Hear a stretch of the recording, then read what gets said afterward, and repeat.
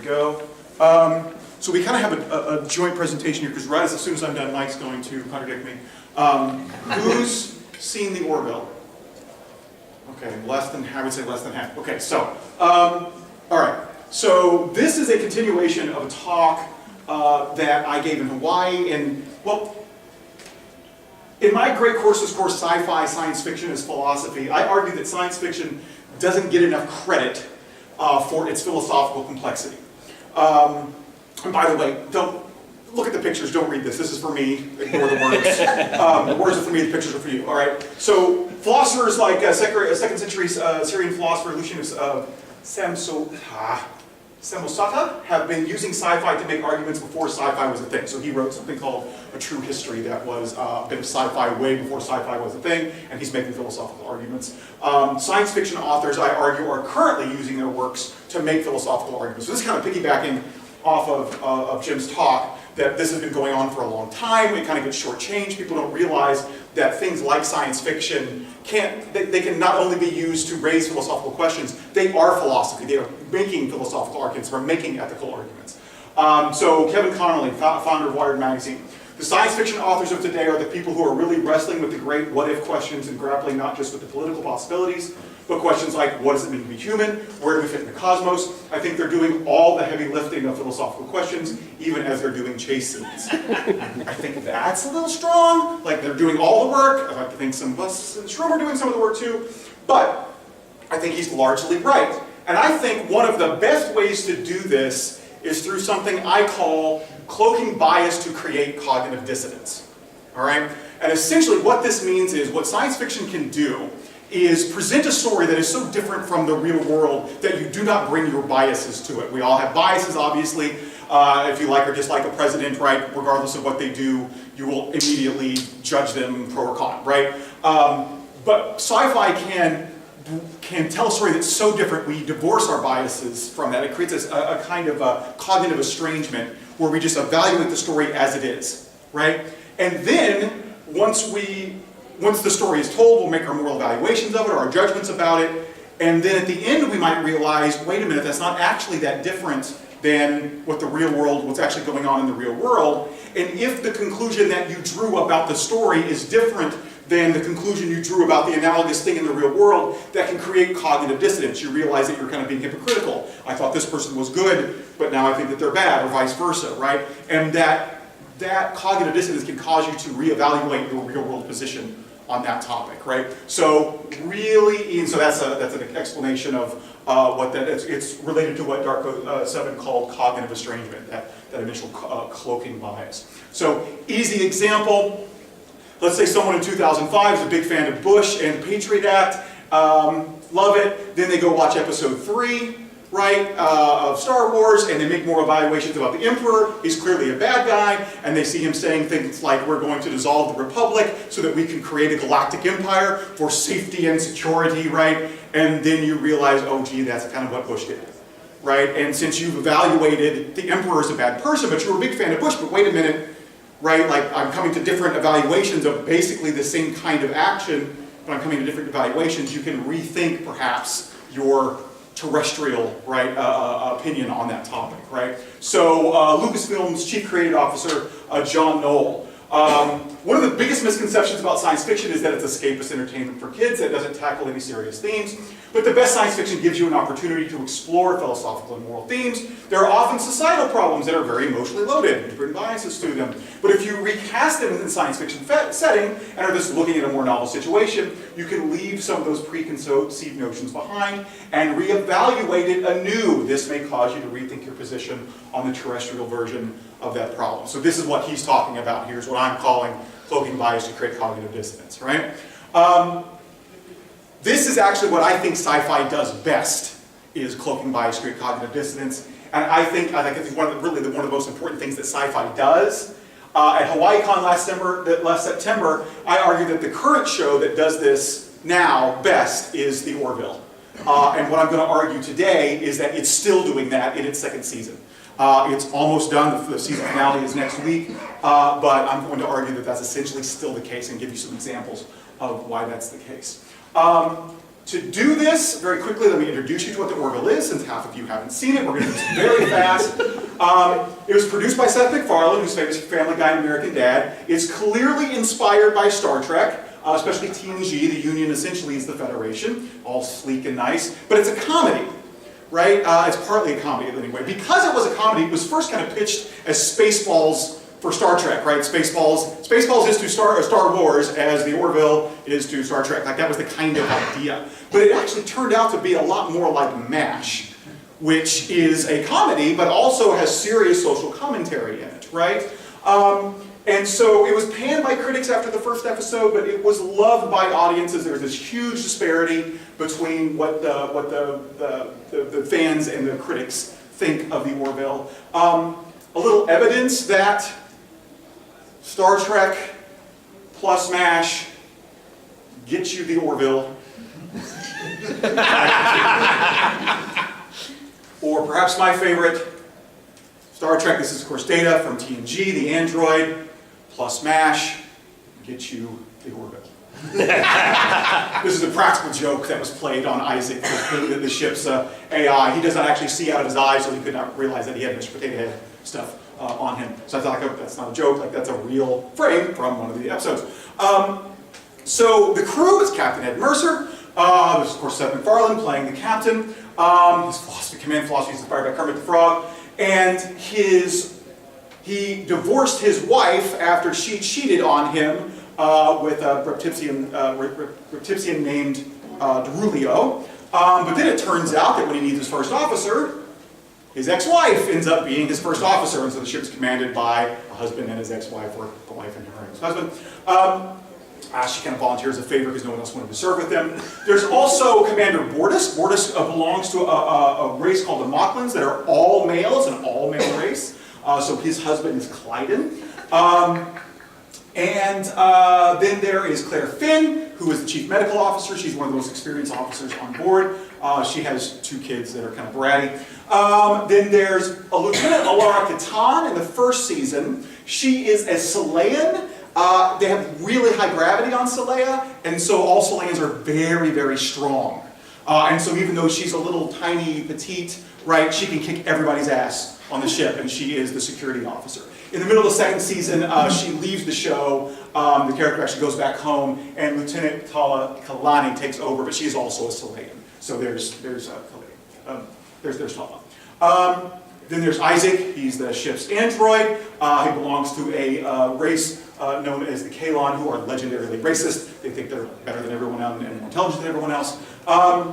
Then there's Lieutenant Lamar, who's the navigator, eventually becomes the engineer, and Gordon Malloy, who's the helmsman. They're not as important for my presentation, so we're going to skip over them. And then there's Yaphet, played by Norm Macdonald. He is voiced by Norm Macdonald, I should say. He is a gelatin, and so he's this kind of, gelatin morphic creature. It's good stuff. He's very funny, and there's his singing to Claire, which we'll talk about that in a little bit. Okay, so I want to just look at some ways that it cloaks bias to create cognitive dissonance. Let me look at my time here. Okay.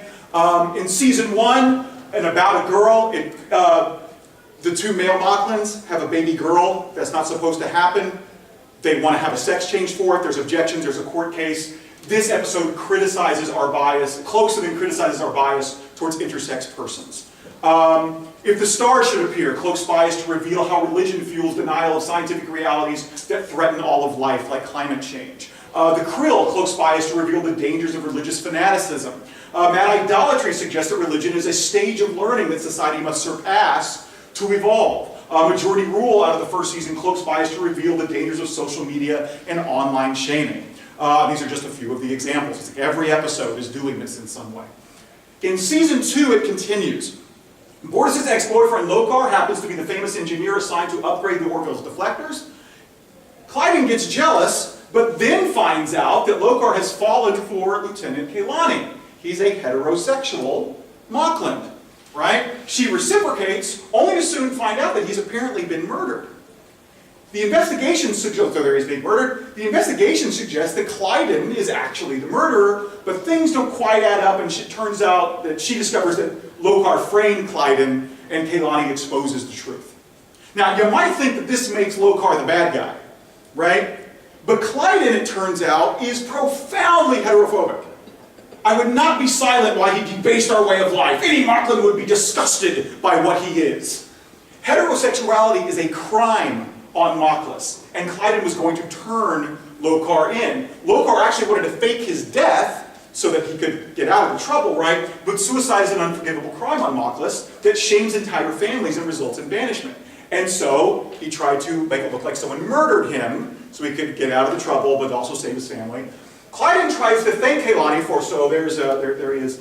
Clyden tries to thank Kaylani for exposing the fact that he didn't actually murder him, but she retorts, you want to repay me? Here's how. When you see me in the corridor, walk the other way. Lokar didn't hurt you by being heterosexual. He didn't hurt anyone. All he wanted was love, and yet because of you, his life is over for no other reason except your own prejudice. So as far as I'm concerned, you can go straight to hell.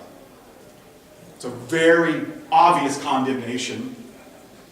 This close bias creates cognitive dissonance. If you're against Mocklin heterosexuals, anti-heterosexual bigotry, right? Then you should also be against the conservative evangelical American heterosexual attitude about homosexuality, right? Like the kind of cloaking bias is often, right, is obvious. But the Orville got even more daring last week, so I just added this to my presentation. Episode called Sanctuary. Clyden's bigotry is exposed even further. He is teaching their daughter-changed son, Topa, who's now who's now older now, that all females are inferior. But it turns out the Mocklins aren't actually an all-male society after all. Females are simply so reviled in that society that most parents choose to alter their child's gender and then lie about it. But some are now choosing to flee. And an entire, so some are choosing to flee with their daughters when they were born. An entire planet of female Mocklin refugees is discovered, and they petition the Union for membership. Mocklus threatens to leave the Union if their request is granted, taking all their weapons with them, which would leave the Union vulnerable to Kaylon attack. Because that's essentially what Mocklus is famous for. It is a giant polluted planet that is dedicated to one thing, weapons production. Right? The analogy there is fairly clear. About like what would a planet be like? Well, okay, we'll leave that. In her petition, what would a planet be like if it was run by a certain political party? In her petition, Havana, who is the leader of the all-female Mocklin planet, is profound. She says, as I look upon all the exquisite diversity in this great hall, I am reminded that most of us share something in common. Over the course of history, there have been people on nearly every planet who were, at one time or another, oppressed by those who were stronger or greater in numbers for reasons that now seem insignificant to us. The history of moral progress can be measured by the expansion of fundamental rights to those who have been denied them. That is simple but very profound. We ask only to be included in that expanding circle of justice. There is a visionary earth poet who I have recently come to cherish. With power and dignity, she boldly cried out so that all the cosmos would hear her suffering. Working 9 to 5 for service and devotion. You would think that I deserve a fat promotion, want to move ahead, but the boss won't seem to let me. I swear, sometimes that man is out to get me. And that little change on that, right?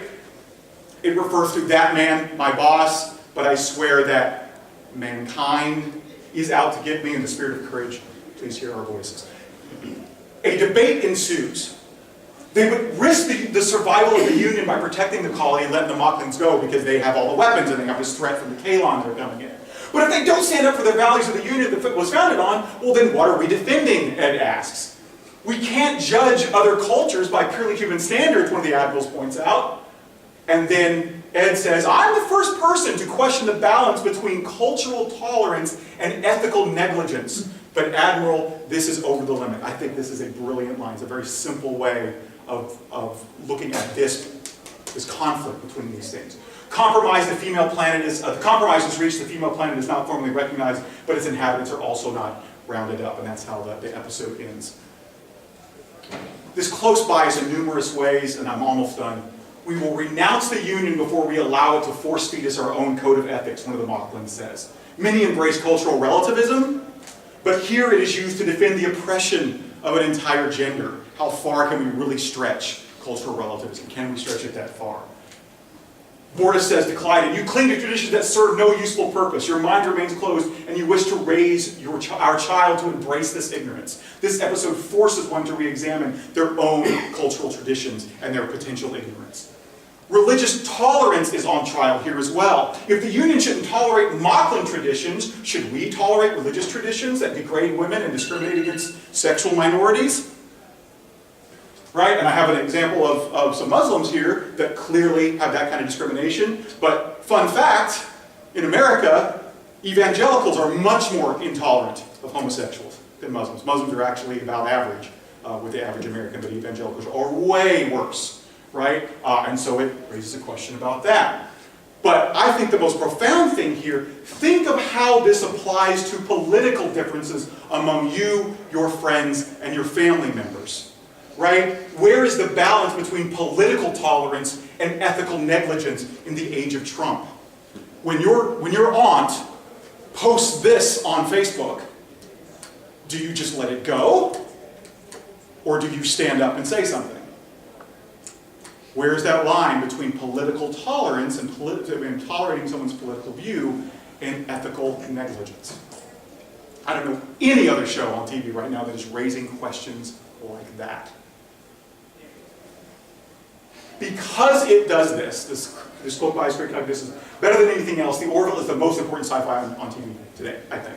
Close second are The Handmaid's Tale and Black Mirror. I don't think they quite get there. They're doing good stuff, but they don't quite do this as well as The Orville. The Orville is doing something different and obvious every episode, and these are not doing something different and obvious every episode.